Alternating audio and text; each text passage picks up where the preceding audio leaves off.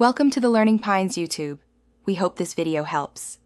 You start now by checking prerequisites: account status, required keys, and any active event timers. Move to the Manor perimeter and approach the less guarded side alley. This reduces patrol contact. Once positioned, retrieve the basement key spawn near the service door and equip a distraction item to draw guards. You do this because early stealth reduces resource use and prevents alarms, making the restricted access path viable without wasting valuable respawns or items. Once inside, focus on the complex middle tasks. Watch patrol timing and move during the 22-28 second windows to slip past guards.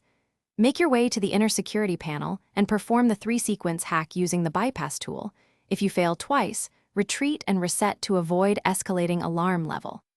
After hacking, clear the 2 checkpoint rooms systematically, disabling trip sensors as you go. You do this because controlling detection and securing checkpoints prevents locked doors, and you complete the run by using the security token at the restricted door.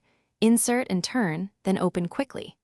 Once inside, grab the target item or copy the data within 45 seconds because most manors activate an auto-lockdown timer. If you trigger a lockdown or the door remains sealed, troubleshoot by power cycling the nearby generator. Flip it off, wait 10 seconds, and flip back on. This resets local locks. If that fails, exfiltrate and attempt the side alley re-entry to avoid full alarm escalation. Thanks for watching. Consider subscribing if we helped you.